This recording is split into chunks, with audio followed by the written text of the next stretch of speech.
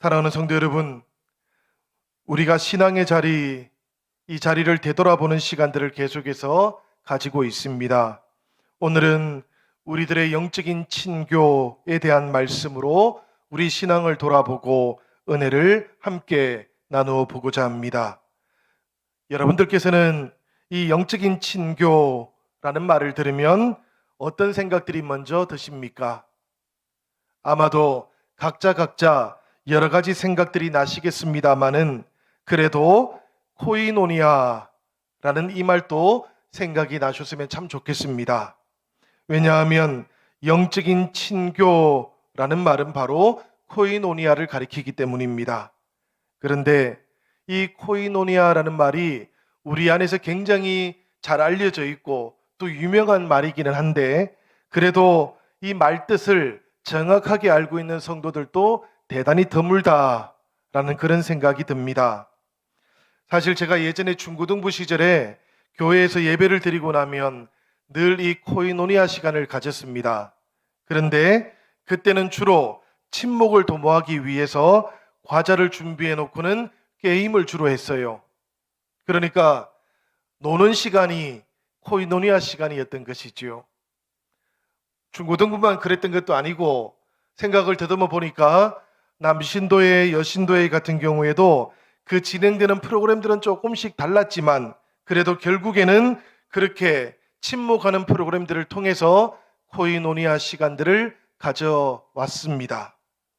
그런데 여러분, 이 코이노니아라는 말이 그렇게 좁은 의미만 가지고 있는 것일까요? 당연히 그렇지는 않습니다.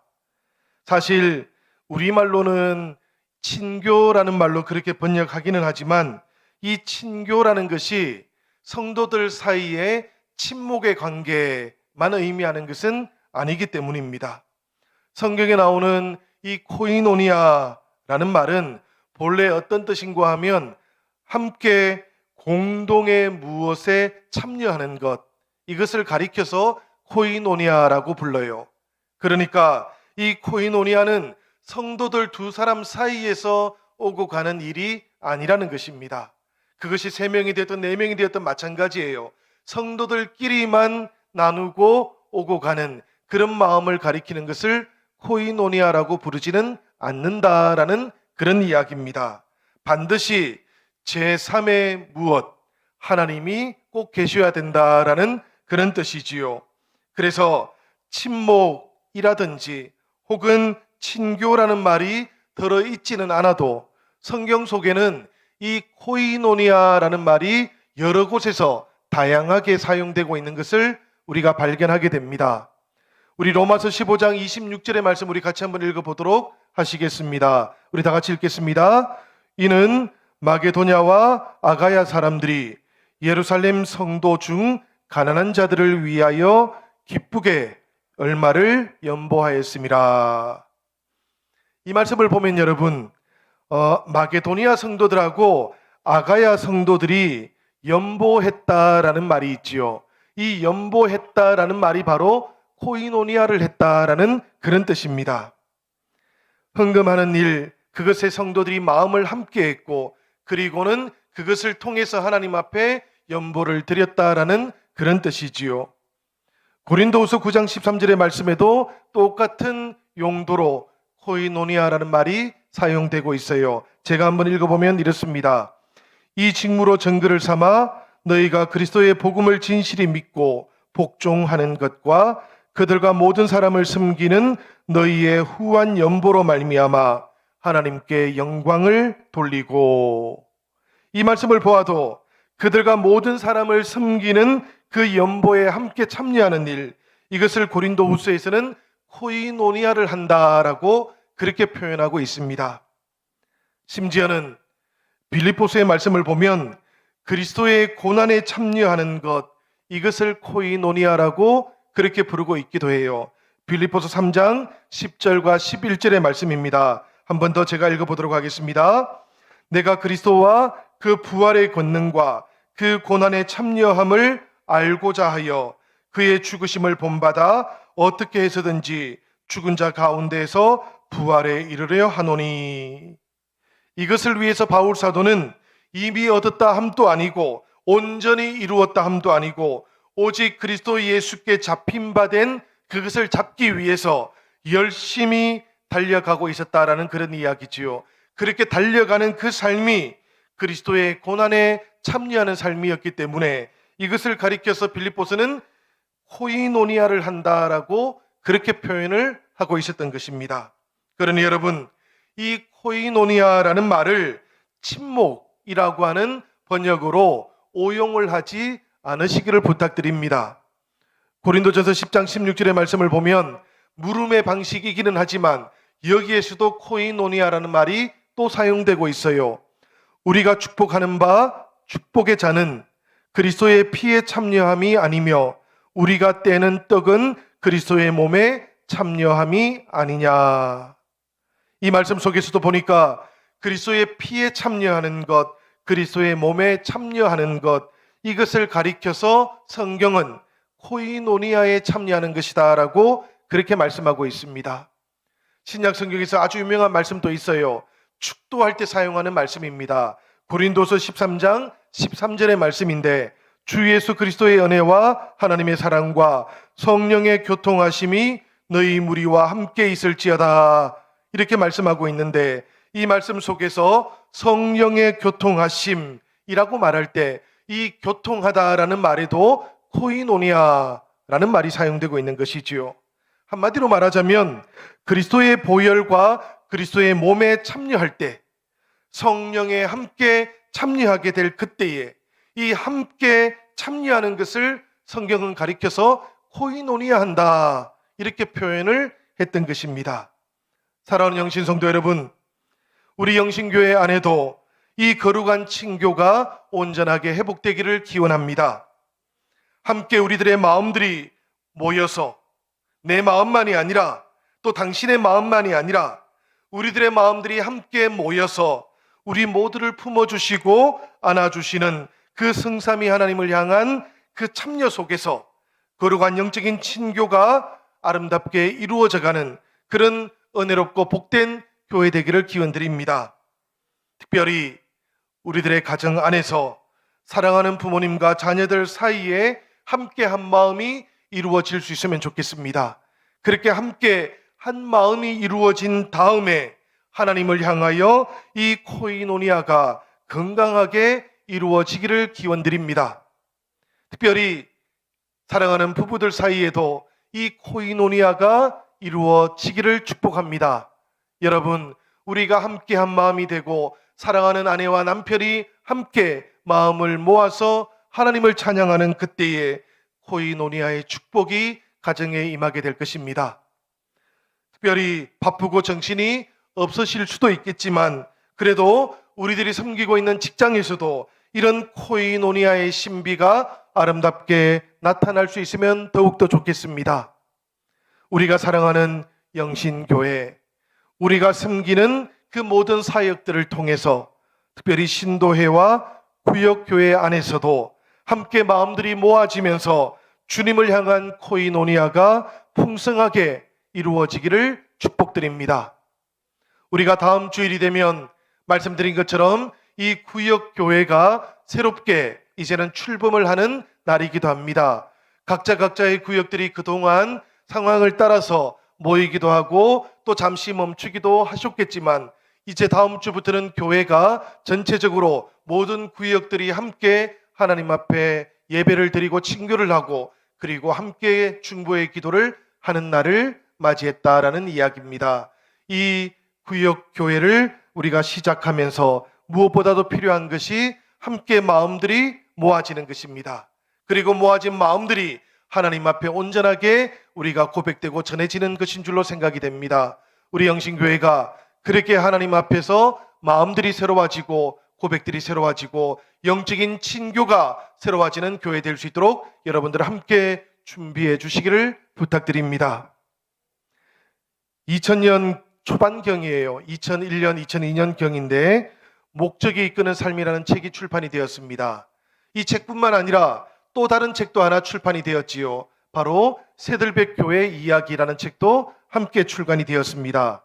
사실 이 새들백 교회 이야기라는 책은 목적이 이끄는 교회라는 제목을 가지고 있었던 책입니다. 이 책에서 리 워렌 목사님은 교회를 출석하고 있는 성도들을 5가지로 분류를 했던 적이 있었어요. 그 첫 번째는 누구인가 하면 아직까지 그 해당 교회에는 출석하고 있지 않은 이웃들입니다. 그들은 그야말로 교회 주변에 있던 지역 커뮤니티를 말하는 것이지요. 두 번째는 누구인가 하면 군중들입니다. 등록을 아직 하지는 않으셨지만 예배에는 참석하고 계셨던 그런 교인들을 말하는 것이에요. 세 번째는 등록 교인이었습니다. 예배 외에도 교회가 가지고 있는 여러 가지 방침들을 따르면서 함께 헌신하기로 결단했던 성도들을 가리키는 것입니다. 네 번째는 보니까 교회의 여러 가지 행사들에 참여하고 계시는 성도님들이세요. 예배와 기도, 말씀뿐만 아니라 교회가 가지고 있는 여러 가지 사역들에 함께 참여하고 섬기면서 코이노니아의 위대함을 직접 체험하고 있던 성도들입니다. 그리고 5번째는 보니까 코어 멤버라고 그렇게 되어 있어요. 평신도 사역자지만 교회의 모든 결정들을 함께 내리고 함께 책임지시는 리더들을 가리키는 이야기입니다. 여러분들이 보실 때는 이 가운데 어떤 교인들이 가장 건강하게 교회를 지켜나갈 성도들 같습니까? 지금부터 20년 전에는 교회 안에 등록되어 있는 성도님들, 헌신하는 성도님들, 코어로서 온전히 책임을 지는 성도님들이 많은 교회가 가장 건강한 교회다라고 그렇게 이야기를 했었습니다. 그런데 여러분, 20년이 지나고 이제는 생각들이 많이 달라졌습니다. 교회를 둘러싸고는 당연히 지역 커뮤니티가 있어야 하는 것이지요.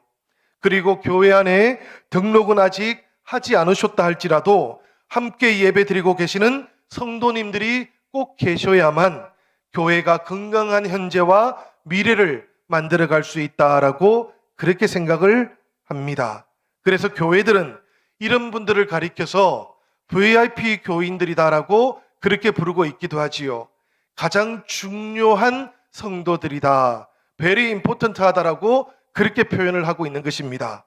여러분, 사실 교회의 미래를 위해서 이분들의 예배가 대단히 중요하십니다. 우리가 이것을 꼭 기억하시면 좋겠습니다. 아직 등록하지 않고 다니신다고 할지라도 여러분들 늘 밝게, 환하게, 행복하게 신앙생활 하실 수 있도록 우리들 모두가 함께 준비해 드리면 가장 좋을 것 같습니다. 그렇지만 여러분, 동시에 헌신되어 있는 성도들, 리더로 섬기시는 성도님들도 교회가 건강하게 세워져 가는 데에는 반드시 필요합니다. 이런 분들이 성령 안에서 중심을 잡고 계셔야만 그 교회에 와서 예배자로 살아가고자 하시는 분들이 예배를 제대로 드릴 수가 있기 때문입니다.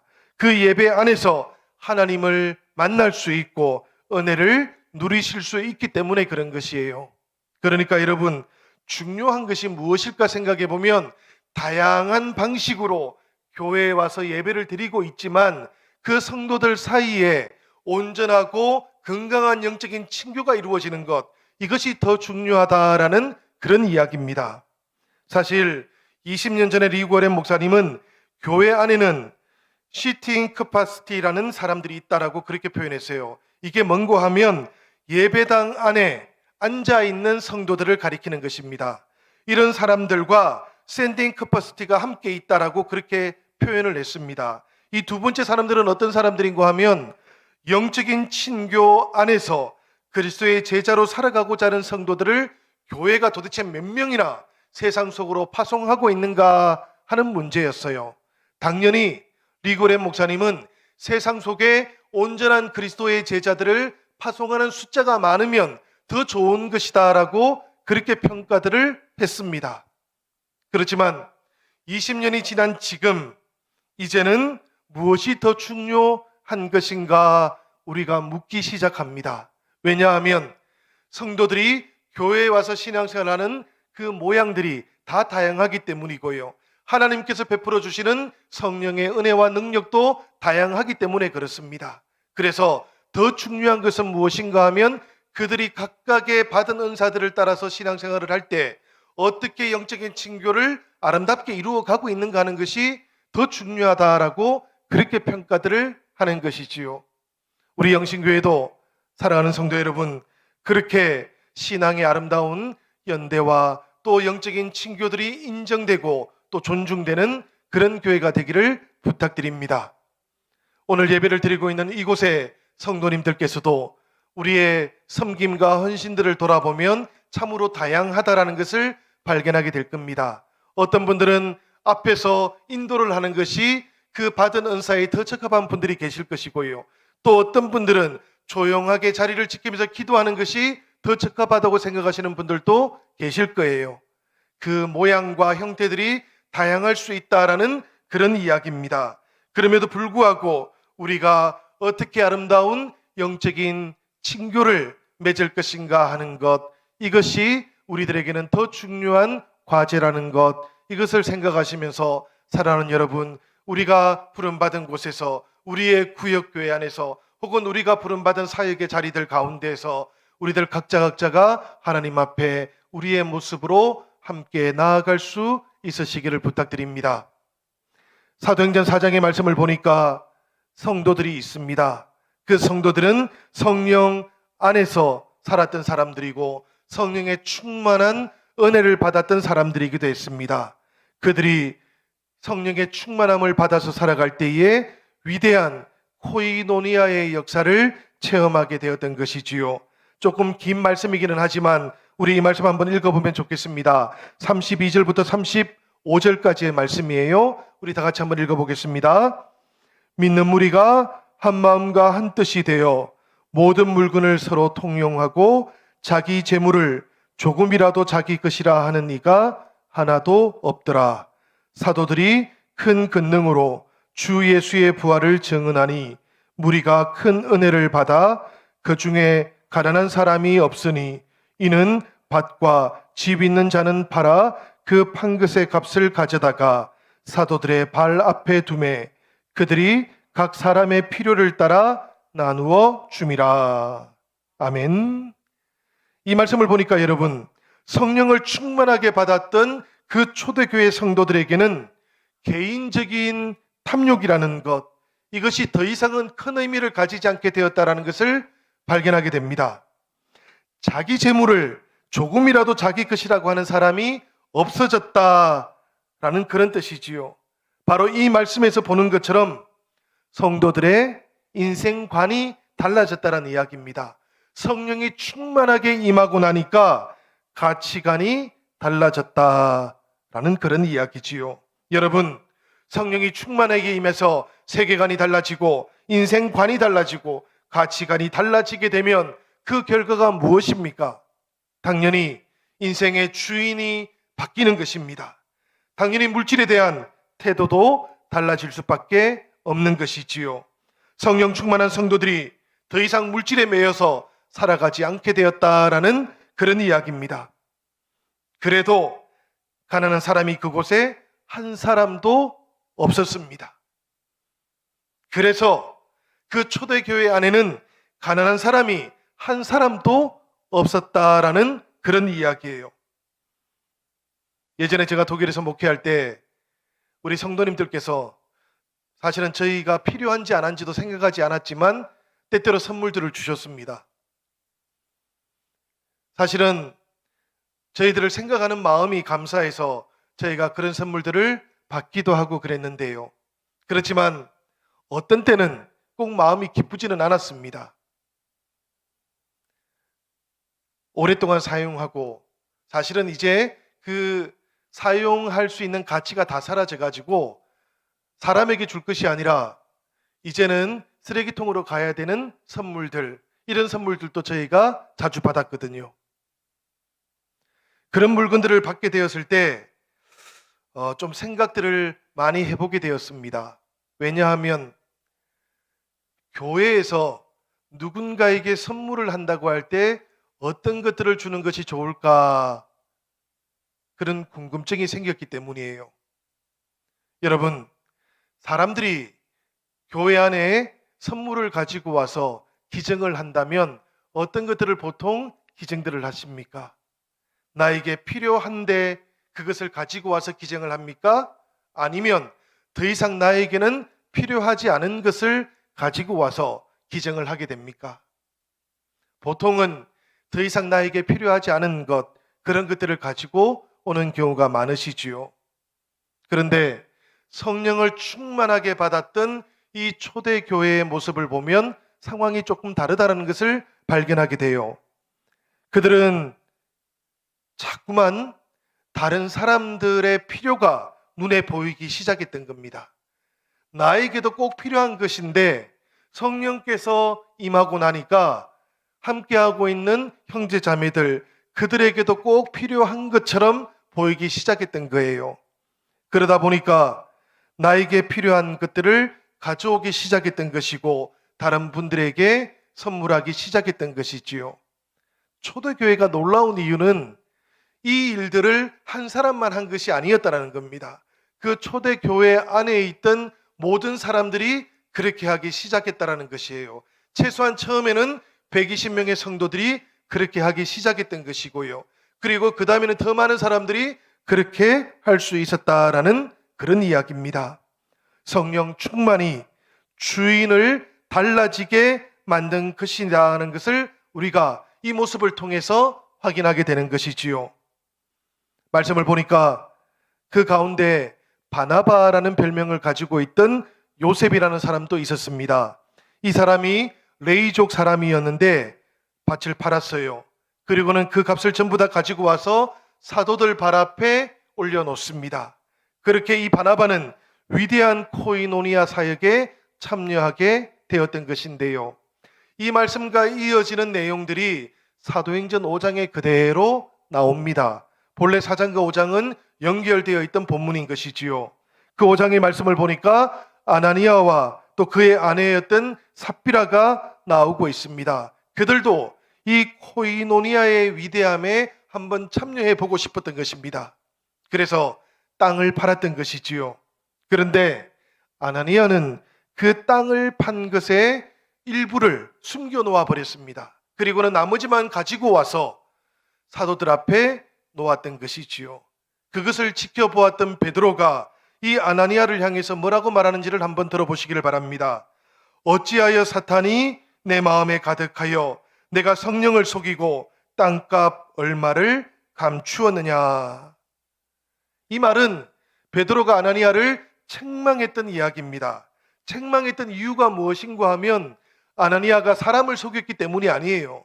아나니아는 지금 그렇게 땅을 판 가격을 들고 오면서 하나님을 속였기 때문입니다. 한 3시간 정도가 지나갔어요. 아나니아의 아내였던 삽비라도 찾아왔습니다. 그러자 베드로가 똑같이 물었고 삽비라는 똑같이 거짓말을 했다고 합니다. 그 거짓말을 듣고 있던 베드로가 이 삽비라를 향해서도 말을 합니다. 너희가 어찌 함께 깨하여 주의 영을 시험하려고 하느냐. 여러분, 함께 깨하여 성령을 시험하고 하나님께 거짓을 말했을 그때에 이 아나니아와 삽비라는 코이노니아의 위대한 사역에 참여하지를 못하고 말게 됩니다. 우리가 이 일을 가만히 생각해보고 또 묵상을 해보아야 됩니다. 함께 마음을 모으는 것, 그리고 성령을 향하는 것, 그때에 코이노니아의 위대한 역사가 나타나고 하나님과 우리 사이의 영적인 친교가 아름답게 나타난다고 그렇게 말씀을 드렸습니다. 그런데 아나니아와 삽비라는 사실 마음을 두 사람 사이는 합쳤던 것이지요. 함께 마음을 꾀했다지 않습니까? 그렇지만 그렇게 마음을 합친 다음에는 성령을 시험하고 그렇게 하나님을 속였던 것입니다. 그렇게 성령을 속이고 시험하는 동안에 그들의 코이노니아는 실패하고 말았다라는 그런 이야기예요.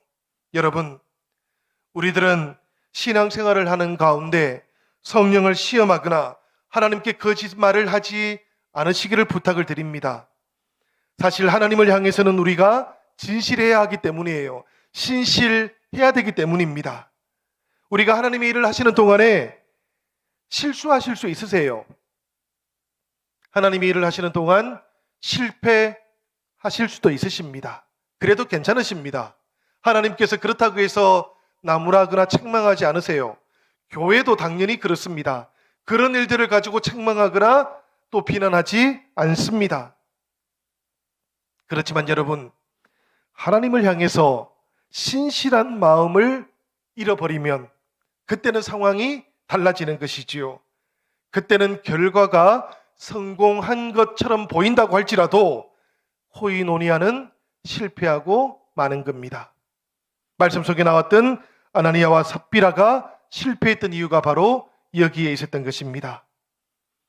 초대교회, 그 교회 속에 있었던 성령을 충만하게 받았던 성도들은 이 아나니아와 삽비라하고는 정반대의 모습을 가지고 있었던 것이지요. 그들은 하나님 앞에 진실했고 함께 공유했고 함께 나누었습니다.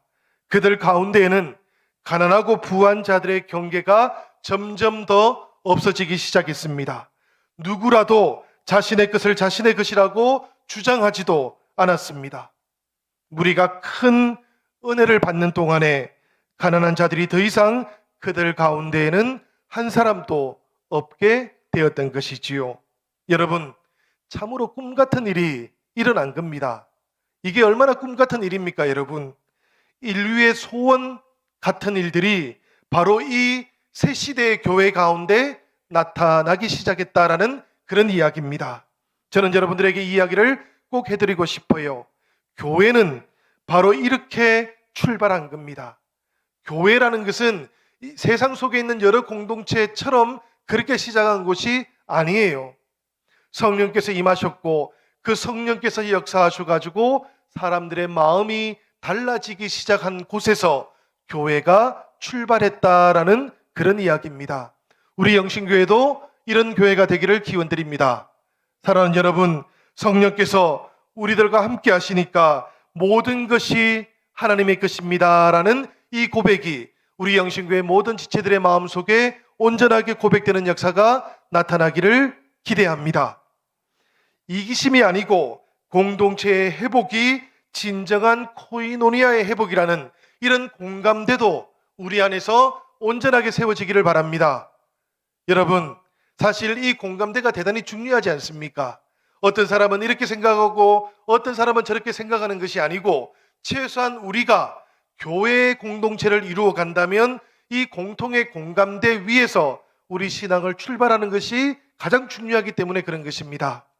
여러분, 개인의 삶보다는 그리스도의 몸에 함께 참여하고 함께 연합되어서 살아가 보겠다라는 이런 결단이 오늘 저와 여러분 모두의 신앙 가운데 고백되어질 수 있기를 바랍니다. 우리에게도 모든 것이 하나님의 것이라는 고백이 있고 우리들에게도 주님과 함께 시작하는 삶이 더 건강한 삶이라는 공감대가 함께하고 있습니다. 이런 결단과 이런 은혜를 통해서 우리 영신교회가 하나님의 거룩한 공동체, 코로나 이후에도 성도들의 영적인 친교를 아름답게 세워가는 그런 교회가 되기를 기원드립니다.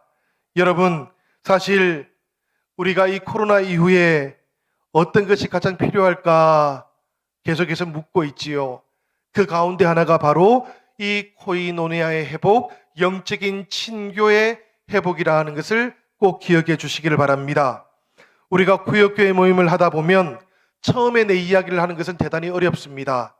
그렇지만 여러분, 그렇게 하지 않으면 조금씩 세월이 지나고 시간이 지나가다 보면 구역교회가 더 이상 나에게 의미가 없어지는 순간들이 찾아오게 되어 있어요. 처음에는 구역 식구들의 이야기를 듣고 감동의 이야기들도 들으면서 은혜를 받지요. 그렇지만 그 은혜와 감동이 내 이야기가 아니게 될 때가 있다라는 이야기입니다. 내 감동이 아니게 될 때가 찾아온다는 이야기예요. 그래서 구역교회를 하신다면 꼭 영적인 친교를 나누셔야 된다는 이야기입니다. 그렇게 세워져야 되고 내가 세워질 뿐만 아니라 사랑하는 지체들이 함께 세워지고 마음들이 모아져서 하나님을 향하게 될 그때에 성령의 새로운 역사가 구역교회 안에 나타날 것이기 때문에 그렇습니다. 사랑하는 여러분, 우리가 정말로 하나님과 함께 거룩의 공동체, 회복의 공동체, 우리 구역교회도 아름답게 세워나갈 수 있기를 부탁드립니다. 지금부터 22년 전이었습니다. 미국의 아주 유명한 미래학자였고 저술가였던 제레미 리프킨이라는 사람이 있었어요. 이분이 책을 그때 한 권 썼습니다. 무슨 책인가 하면 소유의 종말이라고 하는 책이었습니다. 그 책에서 이분은 이런 이야기를 했어요. 우리가 맞이하게 될 미래 사회는 더 이상 소유의 시대가 아니고 공감과 공유의 시대, 접속의 시대가 될 것입니다 라고 그렇게 말을 했습니다. 여러분, 22년을 우리가 더 살아왔어요. 여러분들이 느끼실 때는 어떻습니까? 우리가 살아가고 있는 시대가 정말로 공감하는 시대, 공유하는 시대가 맞습니까? 돌아보면 2000년 그때보다도 접속의 시대가 된 것은 분명한 사실입니다. 그렇지만 살아가고 있는 우리들의 현실들 속에서 공감과 공유의 시대는 여전히 우리로부터 아주 멀리 떨어져 있는 것만 같습니다. 우리가 계속해서 맞이하게 될 어떤 미래의 순간에 이런 공감과 공유의 시대가 열릴지는 모르겠습니다만은 사실은 여러분, 이미 인류가 살아왔던 과거의 어느 순간에 이런 공감과 공유의 시대가 회복되고 주어졌던 때가 있었던 것이지요. 그리고 우리가 살아가는 현재 속에서도 성령이 역사하시는 바로 그 순간에는 이 공감의 시대, 공유의 시대가 열리기도 하는 것이지요. 저는 우리 영신교회 안에서 소유의 시대를 뛰어넘어서 이런 공감의 시대, 공유의 시대가 아름답게 펼쳐질 것을 확신합니다. 사랑하는 여러분, 특별히 우리들의 구역교회와 우리들의 신도회와 또 우리들의 시니어 처치 속에서 성령의 새로운 시대가 활짝 그리고 건강하게 열려지기를 기원드립니다. 다음 주일 여러분들의 구역교회와 시니어 처치가 아름답게 모임들을 가져가 주시고 예배해 주시고 기도의 제목들을 나누어 주시고 그리고 꼭 서로를 위해서 함께 중보해 주시기를 부탁드립니다. 완성된 모습 아니어도 괜찮습니다. 부족해도 괜찮으십니다. 그러나 하나님을 향해서 가장 신실한 모습, 진실한 고백으로만 나아가 보십시오. 그러면 성령께서 찾아와 주시고 성령께서 우리의 모든 기도와 고백 가운데 아름다우신 하나님의 역사를 펼쳐가 주실 것입니다. 여러분, 이런 은혜가 저와 여러분들 모두에게 아름답게 나타나기를 우리 주님의 이름으로 간절히 축원드립니다.